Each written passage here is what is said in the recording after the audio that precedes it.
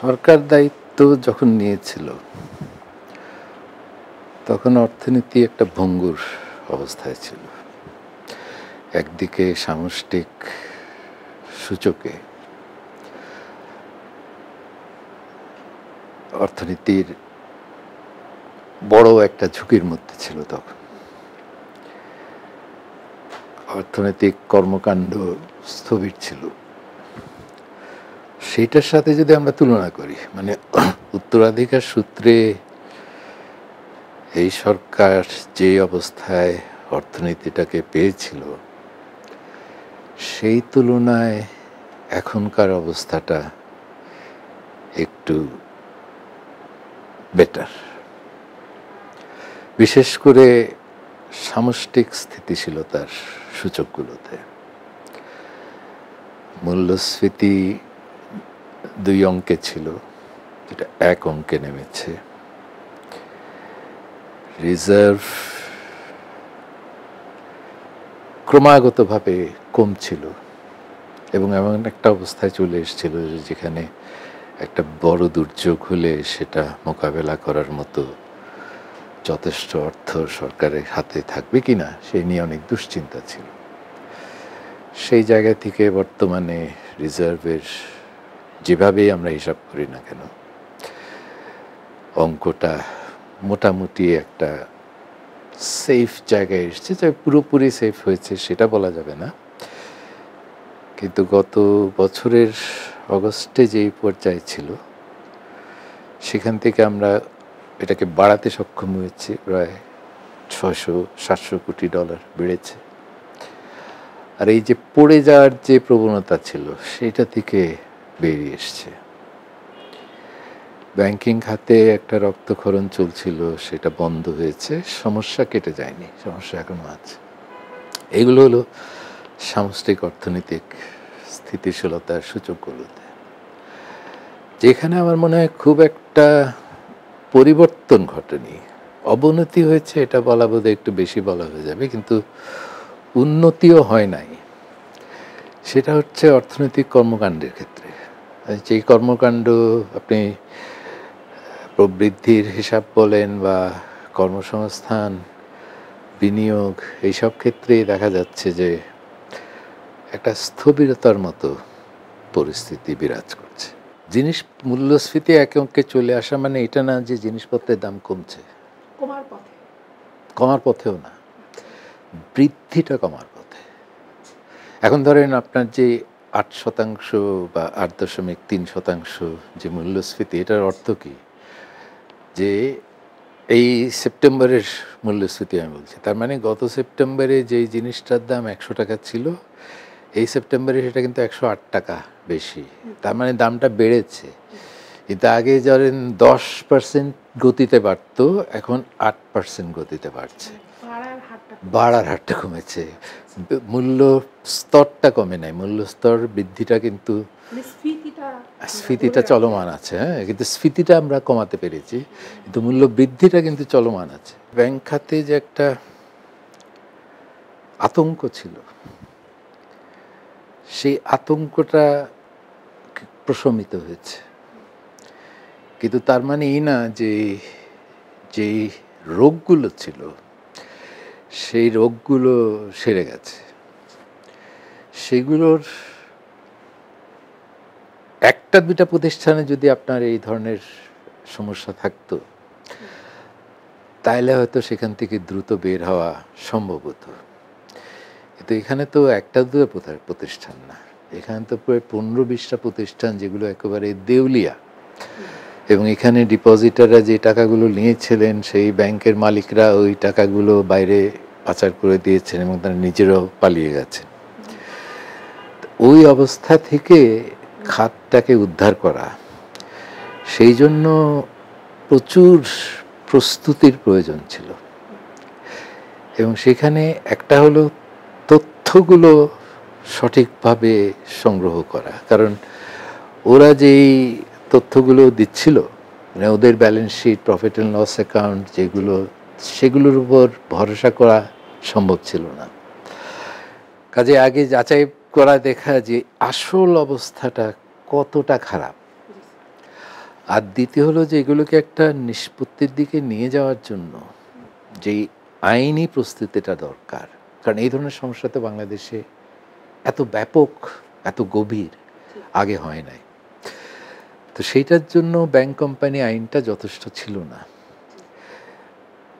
তো নিষ্পত্তির জন্য যে আইনটা দরকার সেইটা ব্যাংক রেজলিউশন অর্ডিন্যান্সের মাধ্যমে করা হয়েছে। ওইটা করতেও প্রচুর সময় লেগেছে।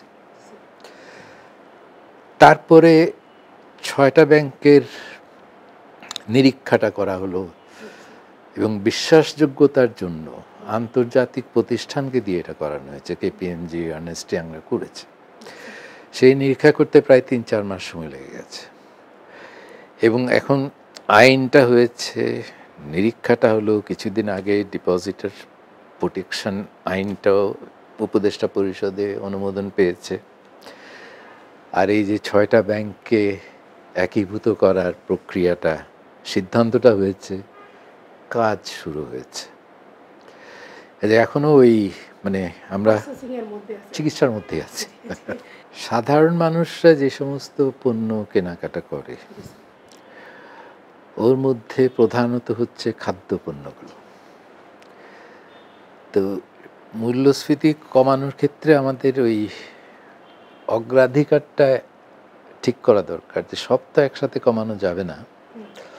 কাজে এখন ধরেন চাল, ডাল, এই যে দৈনন্দিন ভিত্তিতে সাধারণ মানুষ যে নিত্য প্রয়োজনীয় ওষুধ, এগুলো যদি দাম কমানো যায় তাহলে সাধারণ মানুষ একটু স্বস্তিতে আসে।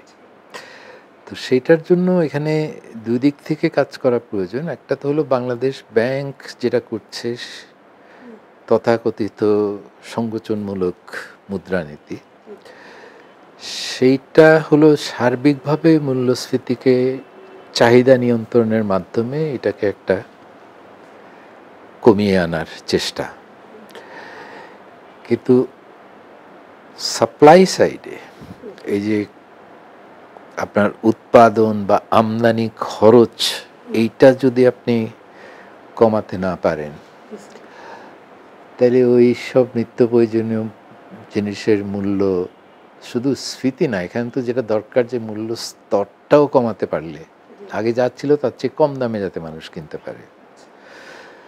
তো সেই দিক থেকে বাজার ব্যবস্থাপনায় এখানে অনেক ধরনের সমস্যা আছে। আপনারা অনেক লেখালেখি করেছেন, সিন্ডিকেট বলেন, চাঁদাবাজি বলেন, বা বাজারে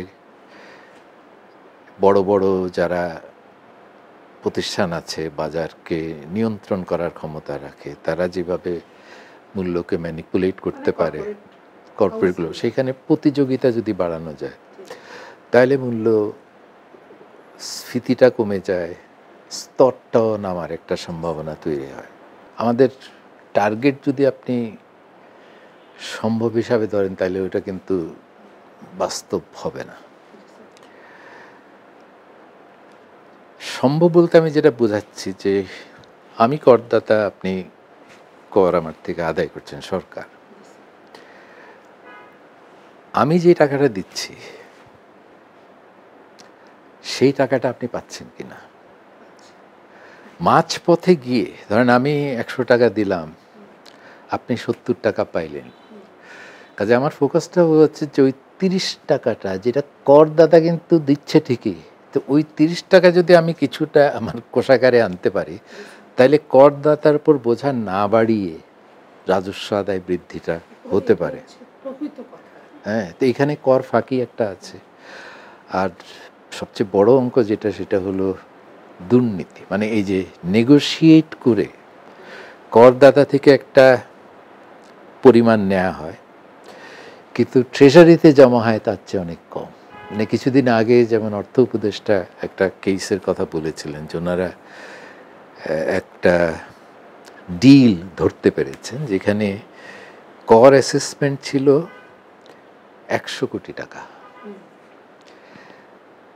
সেখানে একটা ডিল হলো, ডিলটাতে বলা হলো যে 60 কোটি দেওয়া হবে কর্মকর্তাদের, 10 কোটি দেওয়া হবে সরকারকে, আর 100-তে তার মানে আমি দিলাম 70 কোটি, 30 কোটি বেঁচে গেল। হ্যাঁ, কিন্তু আমি তো দিয়েছি 70, আপনি পেয়েছেন কিন্তু 10, আপনি সরকার পেয়েছেন 10।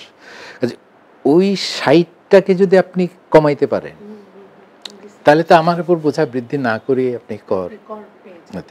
এখন ইস্যুটা হলো যে এইটা কমানোর উপায়টা কি?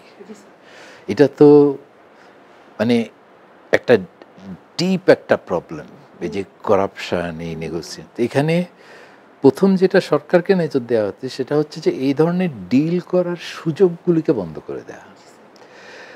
তো সেখানে সরকার ইদানিং একটা যেমন কাজ করেছে যে আপনার এইচএস কোড আমদানি করলে আপনি আমদানির যেই ডকুমেন্টসগুলো আছে সেখানে ধরুন 8 ডিজিট কোড আপনি যেটা লিখলেন আর আপনি যেই মালটা এসছে সেই ডকুমেন্টে যেই কোডটা লেখা আছে এটা প্রতিটা ডিজিট যদি না মিলে তাহলে ওটা আটকে যায়।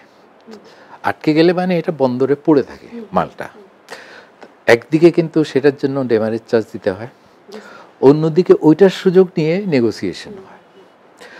এখন যে নিয়মটা করেছে এটাকে সরল করে বলছে যে প্রথম 4টা মিললেই আপনি খালাস করে দিতে পারেন, সহজ করে দিচ্ছে। কাজে ওই শেষ 4টা মিলতে হবে না। কাজে শেষ 4টা মেলানোর জন্য যে নেগোসিয়েশন আমি করতে পারতাম ওই নেগোসিয়েশন আর প্রয়োজন নাই।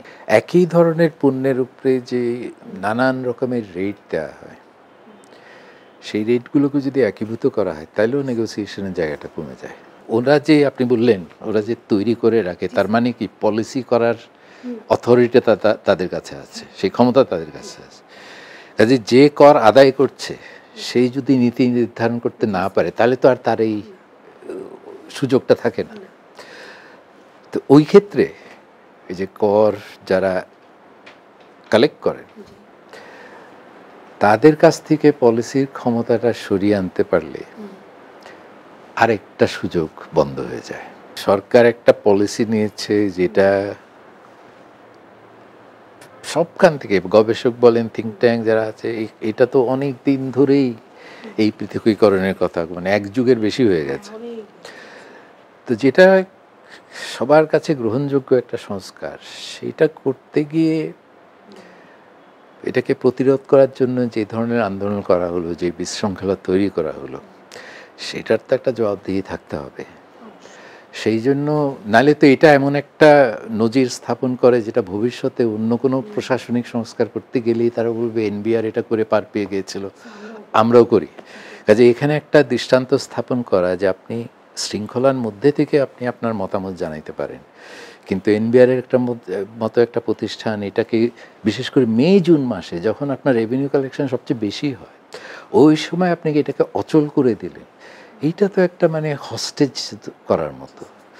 এটা তো কোনোভাবেই গ্রহণযোগ্য না। সেই জন্যই সরকার যে ব্যবস্থাগুলি নিচ্ছে সেগুলো আমরা আশা করব ডিউ প্রসেসে নেওয়া হচ্ছে, কারোর প্রতি অবিচার করা হচ্ছে না, এখানে কাউকে ভিক্টিমাইজ করা হচ্ছে না। যারা নির্দোষ তাদেরকে, আর যারা দোষী তারা পার পেয়ে যাচ্ছে, কিছু দেখাইতে হবে, কিছু ব্যবস্থা নিতে হবে, ওই ধরনের কোনো মানে কসমেটিক কিছু হচ্ছে না। সরকার যেটা করতে পারে সেটা হলো যে বিনিয়োগের পরিবেশে যে ঘাটতিগুলো আছে মানে অবকাঠামো বা রেগুলেশনের, সেখানে তারা কিছু সংস্কার করতে পারে। কিন্তু সার্বিকভাবে দেশের অবস্থা, বিশেষ করে রাজনৈতিক পরিস্থিতি, এইটা নিয়ে যদি বিনিয়োগকারীরা নিশ্চিত হতে না পারে, 100% গ্যারেন্টি তো কোথাও থাকে না, কিন্তু একটা বেসিক পলিটিক্যাল স্টেবিলিটি সিচুয়েশন, এইটা একটা মানে যেটা বলবো আমি মসৃণ ট্রানজিশন যদি না হয় সে পর্যন্ত তো কেউ নিজের পকেট থেকে এডিশনাল টাকা বিনিয়োগ করার সাহস পাবে না। কাজে সরকারের কাজগুলো হয়তো সুফল দিবে পরে, কিন্তু ওই জায়গাতে পলিটিক্যাল আনসার্টেনিটিটা রিজলভ না হওয়া পর্যন্ত বিনিয়োগ ঘুরে দাঁড়ানোর কোনো সম্ভাবনা আমি দেখি না। নির্বাচন হলো, তারপরেও যদি আপনার স্থিতিশীলতা ফিরে না আসে, দ্বন্দ্বগুলো যদি চলে যায়, মারামারি যদি চলতে থাকে, রাস্তায় এখন আমরা গত ১ বছরে যেই সংখ্যার আন্দোলন আমরা দেখেছি, এটা কি বাংলাদেশের ইতিহাসে কখনো হয়েছে? সপ্তাহে অন্তত ১টা-২টা তো হয়েছে, যেখানে মব জাস্টিস, রাস্তা অবরোধ করা, কিছু যৌক্তিক আন্দোলন, কিছু অযৌক্তিক আন্দোলনও প্রচুর, ছোটোখাটো দাবি। এই যে এই সিএনজি অবৈধ পার্কিংয়ের জন্য দাবি করছে, যে অবৈধ পার্কিংয়ের পারমিশন দিতে হবে। তো এই ধরনের হাস্যকর কারণও দেখা গেছে, আবার কিছু ক্ষেত্রে খুব সিরিয়াস। এই যে ইদানিংকালে শিক্ষকদের যে আন্দোলনটা, এই তো অনেক যৌক্তিক, তো যৌক্তিক কিন্তু সব মিলে কিন্তু পরিস্থিতি তো অস্থিতিশীল। সেজন্য আমি নির্বাচনের কথা বলবো, হয়তো নির্বাচনের মাধ্যমেই সেটা আসবে, কিন্তু সেটা না আসা পর্যন্ত তো বিনিয়োগকারীরা আশ্বস্ত হবে না। যেটার মডেল আমরা দেখেছি বিশ্ববিদ্যালয় নির্বাচনগুলোতে, সেখানে দেখেন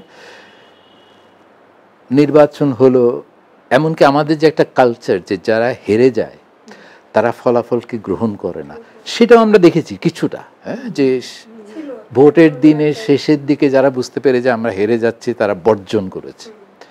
কিন্তু পরে কিন্তু শপথ অনুষ্ঠানে গিয়েছে, পরে মোটামুটি একটা স্থিতিশীলতা ফিরে আসছে, এবং নির্বাচিত এই যে ডাকসু এরা তাদের কাজটা শুরু করতে পেরেছে। তো ওই মডেলটাই যদি আমরা আমাদের জাতীয় পর্যায়ে দেখতে পাই, তাহলে আমার মনে হয় বিনিয়োগকারীরা আশ্বস্ত হবে। স্থিতিশীলতার দিক থেকে আমাদের উল্লেখযোগ্য উন্নতি হয়েছে, বিশেষ করে বৈদেশিক বাণিজ্যে যে অস্থিতিশীলতা ছিল, সেখানে বৈদেশিক মুদ্রা বাজার স্থিতিশীল হয়েছে, রিজার্ভের অঙ্ক বেড়েছে। কিন্তু অর্থনৈতিক কর্মচাঞ্চল্যের দিক থেকে যে একটা স্থবির অবস্থায় উত্তরাধিকার সূত্রে সরকার পেয়েছিল, সেখান থেকে অবনতি হয়েছে, সেটা হয়তো বেশি বলা হয়ে যাবে, কিন্তু খুব একটা উন্নতি হয়েছে সেটা চোখে পড়ে না।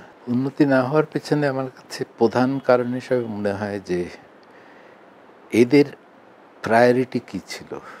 প্রায়োরিটি ছিল পলিটিক্যাল রিফর্মটা, কিন্তু বড় প্রায়োরিটি ছিল। সেখানে আপনার বিচার, নির্বাচন আর সংস্কার, পলিটিক্যাল সংস্কার, ওগুলো, আর plus law and order situation, এইটাকে ম্যানেজ করা, যে আন্দোলনগুলো আমরা দেখেছি। এর বাইরে গিয়ে আমরা অনেক বাইরে থেকে অনেক কিছু বলতে পারি, যে এই করতে হবে ব্যাংকিংয়ে, এনার্জিতে, রেগুলেশনে, বিভিন্ন জায়গায় এই করা দরকার। কিন্তু এই ধরনের অবস্থায় আপনি এনবিআরের পৃথকীকরণ সংস্কারটাই দেখেন, সেটাও তো ঠিক কমপ্লিট করা সম্ভব হয়নি, কারণ ওইটা করে তারপরে আন্দোলন হয়েছে, ওইটা সামাল দিতেই বেশ কয়েক মাস চলে গেছে, হিমশিম পেতে হয়েছে। তো সেই কারণেই এখান থেকে এত অল্প সময়ের মধ্যে এতগুলো কাজ করা একটা সরকারের পক্ষে, কোনো ম্যাজিক যদি না থাকে তাহলে এটা কেমনে সম্ভব হবে? সংস্কারের প্রতিরোধ সবসময় আসে, কারণ সংস্কার হওয়া মানে কি, ওই সংস্কার না হলে যে অবস্থার সিচুয়েশনটা ছিল, সেখান থেকে যারা বেনিফিশিয়ারি, স্টেটাস কোর তো একটা বেনিফিশিয়ারি থাকে, তারা তো এটাকে প্রতিরোধ করবেনি। ওটাকে আপনার পরিবর্তন করতে গেলে, এখন ধরেন আমার বাজারে একচাটিয়া দখল আছে, সেখানে বাজারে নতুনদের আসার রাস্তাটা যদি আমি খুলে দিই, তাহলে আমি তো আরও প্রতিযোগিতার সম্মুখীন হব, আমার ব্যবসা ক্ষতিগ্রস্ত হতে পারে, আগের মতো মোটা অঙ্কের লাভ আমি করার সুযোগটা থাকবে না। সেই ক্ষেত্রে আমি যদি যে রাস্তাটা খুলে দিতে, সেখানে যদি আমি একটা গাছ ফেলে দেই, তাহলে তার নতুনরা ঢুকতে পারে না। তো সেই জন্যই প্রতিরোধটা আসে, যে কায়েমি স্বার্থ যারা আছে, তাদের স্বার্থে যখন আঘাত আসে, তারা তো প্রতিরোধ করবেন। এটা ধরে নিয়েই তো সংস্কারটা করতে হয়, যে এই প্রতিরোধটাকে আমরা কিভাবে ম্যানেজ করব। আমলাতন্ত্রের একটা বিরাট ভূমিকা আছে সেখানে। এই ধরনের অযৌক্তিক বা অযাচিত যেই সুযোগ সুবিধাগুলো বিভিন্ন গোষ্ঠীরা নিয়ে থাকে, এটা সরকারি সহায়তা ছাড়া তো কঠিন। হ্যাঁ, কারণ আপনি হয় আইন বদলিয়ে আপনি অন্যায় কাজ করবেন, অথবা আইন না মেনে আইন ভেঙে সেই কাজটা করবেন। দুই ক্ষেত্রেই প্রশাসনের সহযোগিতা যদি আপনার না থাকে তাহলে কিন্তু এটা করা খুব কঠিন। আমি গত 1 বছরে আমার পার্সোনাল অভিজ্ঞতায় যেটা দেখলাম যে আমরা সংস্কারের কথা বলতে পারি, কিন্তু সংস্কার হবে কি হবে না সেটা যদি আপনার ক্যাবিনেট থেকে সিদ্ধান্ত হয়েও যায়, তারপরে ওই সিদ্ধান্ত বাস্তবায়ন হবে কি হবে না এইটা নির্ভর করছে কিন্তু ওই প্রশাসনের উপর। কাজেই সেজন্যই বলছি যে তাদের তো একটা বিরাট ভূমিকা আছে, ভালো করার ক্ষেত্রেও আবার মন্দ করার ক্ষেত্রেও। মানে আপনি ভালো কাজ করতে চাইলে ওদের সহযোগিতা লাগবে, খারাপ কাজ বিশেষ করে বড় বড় দুর্নীতি, মেগা করাপশন কিন্তু একটা টিম ওয়ার্ক, একা করা যায় না। পেটি করাপশন একা করা যায়, কিন্তু মেগা করাপশন একা করা যায় না। তো সেই ক্ষেত্রে তো আপনার যারা ক্ষমতায় আছেন, এবং এই প্রশাসন তো সবসময় ক্ষমতায় থাকে, পলিটিক্যাল ক্ষমতা বদলায়, লোকজন বদলায়, কিন্তু প্রশাসন তো সবসময় থাকে। তো তারা যদি আপনার সাথে না থাকে তাহলে ভালো মন্দ দুটোই করাটা খুব কঠিন হয়ে যায়। টাস্কফোর্সের কাজের অগ্রগতি মূল্যায়ন করতে হবে ফলাফলের ভিত্তিতে। আমরা যে টাস্কফোর্সটা ছিলাম ওটা এখন আমি বলবো নীরবে নিষ্ক্রিয় হয়ে গেছে, কিন্তু ওই টাস্কফোর্স বাংলাদেশ ব্যাংকের প্রায় 16-17 জন কর্মকর্তা সহ কাজ করেছিল প্রথম 6 মাস, এবং এই ব্যাংক রেজলিউশন অর্ডিন্যান্সটা হওয়ার পরে একটা নতুন ডিপার্টমেন্ট হয়েছে বাংলাদেশ ব্যাংকে রেজলিউশন করার জন্য।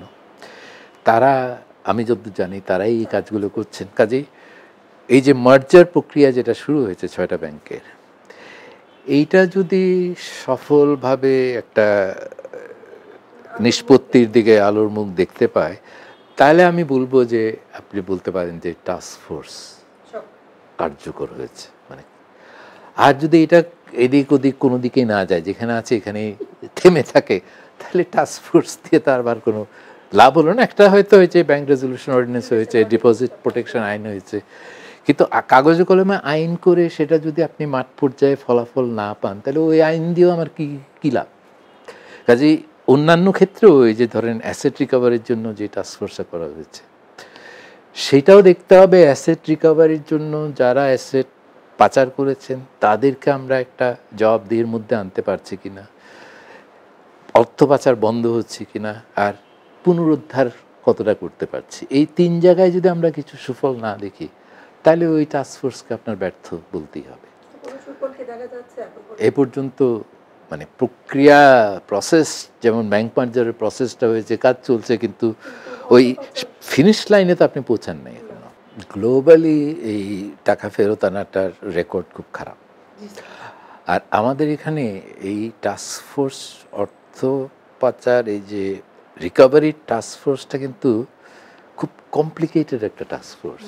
এটা আমাদের যে ব্যাংক রিস্ট্রাকচারিং টাস্কফোর্সের মতো না, ওখানে তো কয়েকজন বিশেষজ্ঞ এসে হয়েছেন, এখানে প্রায় 11টা সংস্থা ইনভলভ। হ্যাঁ, তো এইগুলোকে সমন্বয় করা এবং সবাই একমত একটা এগ্রিমেন্টে নিয়ে আসা, ইভেন একটা মিটিংয়ের ডেট সেট করা 11টা প্রতিষ্ঠানের লোকজনকে এনে, এগুলো আপনি চিন্তা করেন, আপনি সরকারের ভিতরে থাকলে বুঝতে পারেন যে এটা কীরকম কঠিন কাজ। ডিসেম্বরের মধ্যে এত দ্রুত আপনি বাইরে থেকে এইটা যে ইভেন বলছেন আপনি, এটা মানে একটা উইশফুল আর কি কথা। হ্যাঁ, এটার কোনো বাস্তব ভিত্তি নাই, কারণ এখানে তো একটা লম্বা প্রক্রিয়া আছে। আর আপনি যখন এসব কথা, এখানে কথা বলাটাও কিন্তু গুরুত্বপূর্ণ আপনার কাজের ফলাফল অর্জনের জন্য। যেটা হয়নি সেটা না বলাই ভালো, কারণ এই ক্ষেত্রে আপনার প্রতিপক্ষরা কিন্তু বসে নেই। আপনি যদি ধরে নেন যে হ্যাঁ ওরা টাকা নিয়ে গেছে, হয়তো কোথায়, এটা আয়ারল্যান্ডে একটা ব্যাংকে টাকাটা আছে, আপনি যদি ধরে নেন যে এটা আয়ারল্যান্ডে, আপনি যাই করেন না কেন, যাই বলেন না কেন, সেটা দেখে সেটা শুনে তারা ওই আয়ারল্যান্ডে টাকাটা ধরে রাখবে, তারা কোনো রেসপন্ড করবে না, এইটা তো একেবারে বড় ধরনের বোকামো হবে। তো সেই জন্য এর জন্য বলছি যে ওই টাস্কফোর্সটা খুব কমপ্লিকেটেড। ওইটা নিয়ে আপনি হয়তো একটা বিশেষ সংখ্যা বের করতে পারেন। সরকার যে চেষ্টা করছে যে এইগুলোকে একীভূত করে একটা নতুন প্রতিষ্ঠান তৈরি করে সেটাকে ক্যাপিটালাইজ করে ডিপোজিটারদেরকে আশ্বস্ত করা হয়েছে এবং আইনও করা হয়েছে যাতে সে আপনি বিশ্বাস করেন, তারপরে তাদের পাওনাগুলো পরিশোধ করতে হবে। এখন টাকা যেখানে নাই সেখানে আপনি এই ধরনের দুর্ভোগ তো মানুষের হবেই। ক্রাইসিস ছিল দেখেই তো ঘোষণার প্রয়োজন হয়েছে। হ্যাঁ, যে ক্রাইসিস হইতো না এই ধরনের কথার উপর মন্তব্য করা খুব মানে নিষ্প্রয়োজন আর কি। হ্যাঁ, যে বক্তব্যটা আমরা সরকার থেকে পাচ্ছি সেটা অসম্পূর্ণ বলে মনে হয় আমার কাছে। কারণ এখানে বলা হচ্ছে যে আইএমএফ বলেছে কিস্তি ছাড় তারা নির্বাচিত সরকার আসলেই তারপরে দেখবে। কিন্তু গত জুন মাসে যখন আইএমএফ এই চতুর্থ এবং পঞ্চম কিস্তি ছাড়ের রিভিউ করার জন্য এসেছিল, তখনই তো জানা ছিল যে ফেব্রুয়ারিতে একটা নির্বাচন হবে। সেই জানা সত্ত্বেও তারপরেও তারা চতুর্থ এবং পঞ্চম কিস্তি $130 কোটি ছাড় দিয়েছে। শুধু তাই না, তাদের যে প্রোগ্রামটা সেটার আকারটা বাড়ানো হয়েছে, $8 কোটি যোগ করা হয়েছে। প্রোগ্রামের মেয়াদ বাড়ানো হয়েছে 1 বছর। তো নির্বাচন হবে, সরকার পরিবর্তন হবে, এটা জেনেও আকার বাড়ানো হলো, মেয়াদ বাড়ানো হলো, অর্থ ছাড় করা হলো এবং একটা কর্মসূচি দেয়া হলো যে পরবর্তী কিস্তিটা পাওয়ার জন্য সেপ্টেম্বরের মধ্যে কি কাজ করতে হবে, ডিসেম্বরের মধ্যে কি কাজ করতে হবে। এখন হঠাৎ করে তারা সুর পাল্টালো, ওই বোধোদয়টা হলো জারি, নির্বাচন হতে যাচ্ছে। এটা তো তোমরা জুন মাসেই জানতা। তো এমন কি ঘটেছে যার কারণে তারা তাদের সিদ্ধান্ত পরিবর্তন করলো? এইটা আমার কাছে মনে হয় যে এখানে সামথিং ইজ মিসিং, কিছু একটা এখানে গ্যাপ আছে। কারণ যদি প্রোগ্রাম ট্র্যাকে থাকে, যেই কাজগুলো আগামী কিস্তি পাওয়ার আগে শেষ করার কথা, সেটা যদি সঠিক পথে থাকে তাহলে নির্বাচিত সরকারের জন্য আপনার অপেক্ষা করতে হবে কেন? কারণ এখানে লিড এজেন্সি হচ্ছে বাংলাদেশ ব্যাংক। বাংলাদেশের ব্যাংকের গভর্নর তো আর কোথাও চলে যাচ্ছেন না, ব্যাংক তো আর বদলাবে না। আপনার ধারাবাহিকতা কেন আপনি এখানে নষ্ট হবে? একটা কারণ থাকতে হবে তো। তো সেই কারণটা আমরা এখনো কিন্তু পরিষ্কারভাবে জানতে পারিনি। এবং এটা যদি আইএমএফ থেকেই বলা হতো, হয় একটা চিঠির মাধ্যমে বা একটা প্রেস রিলিজের মাধ্যমে, কারণ আমি যতদূর জানি তাদের টিমটা আসছে, বিভিন্ন আলাপ আলোচনা করে প্রগ্রেসটা দেখবে। আগের রিপোর্টে যেই রোড ম্যাপটা দেওয়া আছে সেই অনুযায়ী প্রগ্রেসটা দেখবে, তারপরে আপনাদের একটা ব্রিফ করবে, একটা মিডিয়া ব্রিফিং হবে। তখন যে প্রেস রিলিজটা দিবে সেখানেই বোঝা যাবে যে আসলে ঘটনাটা কি। যদি তারা সব পরিষ্কারভাবে বলে, তারা সবসময় কিন্তু সব কিছু পরিষ্কারভাবে বলে না। রেগুলেশনের ক্ষেত্রে তারা বেশ কিছু রিফর্ম করেছে, যেমন এই খেলাপি ঋণ স্বীকৃতির ক্ষেত্রে আগে যে শিথিলতা ছিল সেটাকে আন্তর্জাতিক মানে আনা হয়েছে, যেটা আমাদের দেশেও ছিল 2019-এর আগে। তারপরে আসলে প্রতিষ্ঠানগুলোর মালিককে চিহ্নিত করা, কারণ একটা বড় বিজনেস গ্রুপ অনেক ধরনের প্রতিষ্ঠান তৈরি করে। এই বেনিফিশিয়ারি ওনার যেটা বলে যে এই প্রতিষ্ঠান থেকে আলটিমেটলি বেনিফিটটা কোন মালিক পায়, এই যে ইউবিও যে সার্কুলারটা ইস্যু করেছে সেটার রিপোর্টিংয়ের এখন ব্যবস্থা করা হয়েছে। তারপরে কমপ্লায়েন্সের ক্ষেত্রে যেমন ধরেন প্রভিশনিংয়ের যে রিকোয়ারমেন্টসগুলো আছে সেগুলো মানা, এইটা নিশ্চিত করার জন্য তদারকিকে জোরদার করা, যে রিস্ক বেসড সুপারভিশন সিস্টেম চালু করে, যেটা আইএমএফ কর্মসূচিতে আছে, সেটার জন্য তারা প্রাতিষ্ঠানিক সক্ষমতা বাড়ানোর কিছু কাজ করেছে। আলটিমেটলি আপনার এইসব কাজের এটা কি কার্যকারিতা মূল্যায়ন করতে গেলে ওই ফলাফল দেখেই মূল্যায়ন করতে হবে, সেটার অপেক্ষায় আছে আমরা এখন। আমরা ওই 2025-এর করাপশন পারসেপশন ইন্ডেক্সের রেজাল্টটা এখনো দেখি নাই, কিন্তু সাধারণ মানুষের অভিজ্ঞতার ভিত্তিতে, খবরের কাগজে যে সমস্ত স্টোরিজগুলি ওঠে এগুলির ভিত্তিতে করাপশনের ক্ষেত্রে আমরা উন্নতি কোনো রকম লক্ষণ দেখছি। এটা অর্থনীতি যদি চাঙ্গা না থাকে তাহলে পুঁজিবাজার চাঙ্গা হওয়ার তো আর সুযোগ থাকে না। কারণ পুঁজিবাজারের কাজটা কি, যে ক্ষুদ্র ক্ষুদ্র সঞ্চয়কারীর অর্থটাকে বড় বড় বিনিয়োগে পরিণত করা, ইকুইটি ইনভেস্টমেন্টের মাধ্যমে বা ডেটের মাধ্যমে। কাজেই মৌলিক ভিত্তিটা তো অর্থনীতি, সেইটা তো গত কয়েক বছর ধরেই দুর্বল, সংকটের মধ্যে আছে। তারপরেও যে অর্থনীতি চাঙ্গা থাকলেও যে পুঁজিবাজার কাজ করবে এটার কোনো গ্যারেন্টি নাই, কারণ পুঁজিবাজারের গভর্নেন্স যদি ঠিক না থাকে, সেখানে যদি আপনি জালিয়াতি করার সুযোগ থাকে, দাম বাড়িয়ে দেওয়া পরিকল্পিতভাবে, তারপর দাম পতন ঘটানো, যেগুলো আমরা দেখেছি এর আগে, তো ওই নিয়ম কানুনের যে ঘাটতি, গভর্নেন্সের প্রবলেম, সেইটা যদি আপনি অ্যাড্রেস না করেন, তাহলে তো ছোট ছোট যারা পুঁজিবাজারে অংশগ্রহণ করতে চান তারা তো ওই ভরসাটা পায় না, কনফিডেন্স তৈরি হয় না, আস্থা সংকটটাই বড়। এবং আস্থা সংকটটা আসে গভর্নেন্সের সংকট থেকে। কাজে আপনার ঢাকা স্টক এক্সচেঞ্জ এবং সিকিউরিটিজ অ্যান্ড এক্সচেঞ্জ কমিশন, এই দুই জায়গায় যদি সুশাসন না আসে, তাহলে পুঁজিবাজার ওই আপনি ছোটবেলায় যা দেখেছেন আপনার উত্তরণটা কিন্তু সরকারের হাতে নাই।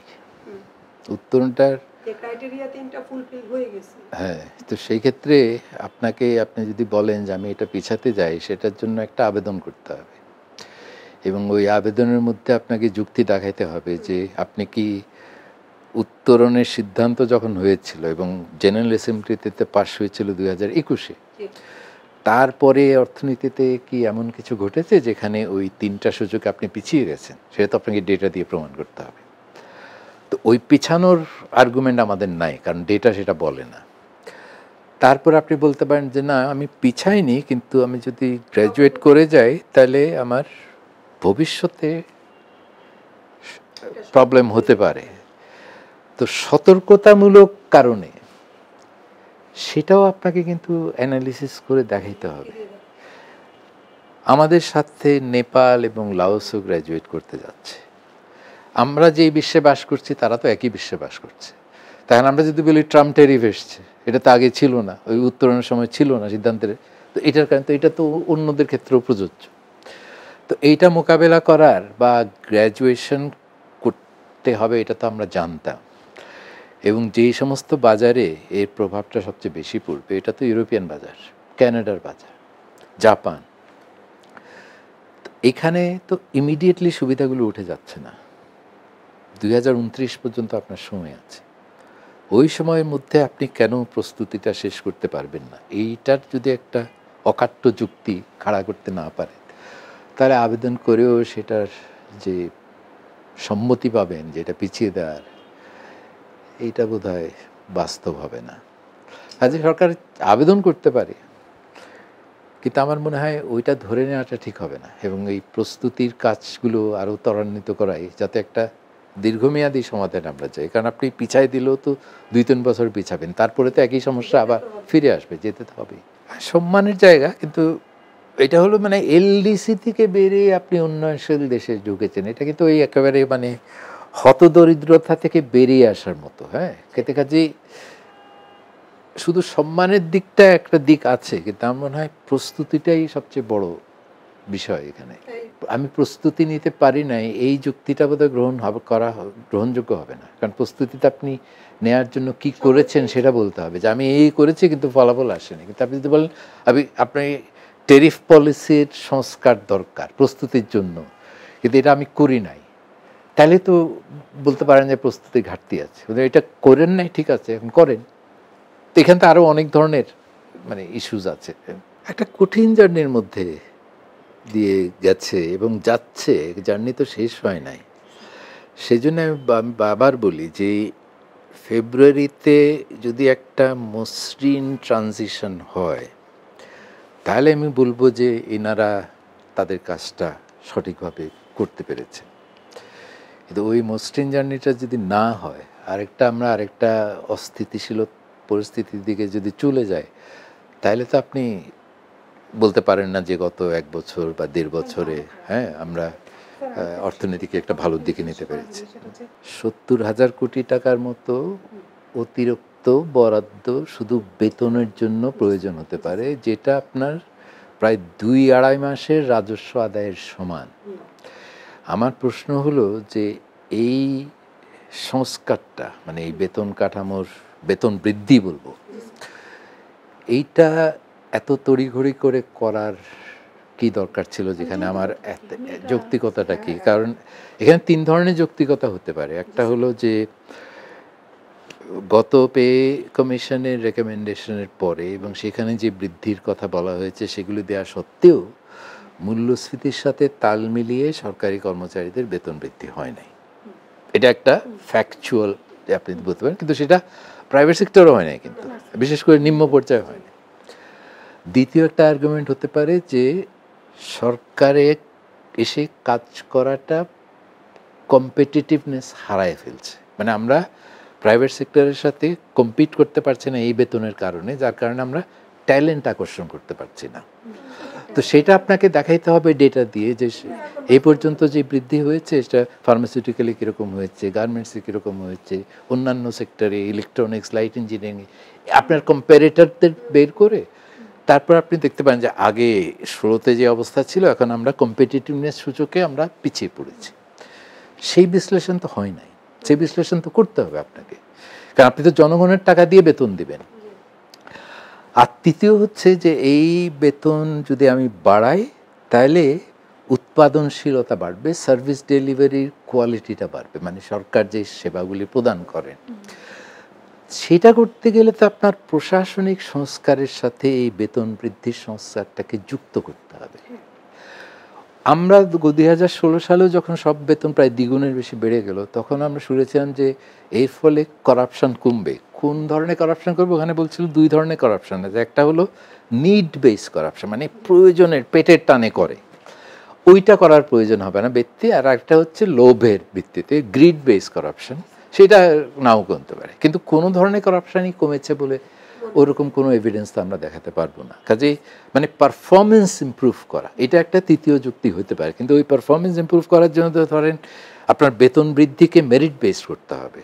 তার মানে আপনার যে এপিএ যেগুলি করা হচ্ছে অ্যানুয়াল পারফরমেন্স এগ্রিমেন্টে যে ইন্ডিকেটারগুলো, এইটার সাথে আপনার বেতন বৃদ্ধির একটা সংযোগ থাকতে হবে। তো ওইগুলো না করে জাস্ট আবার বেতন বৃদ্ধি করে দিলাম, এবং যেটা আমরা শুনেছি যে এই সরকার যাওয়ার আগেই ওটা কার্যকর হবে।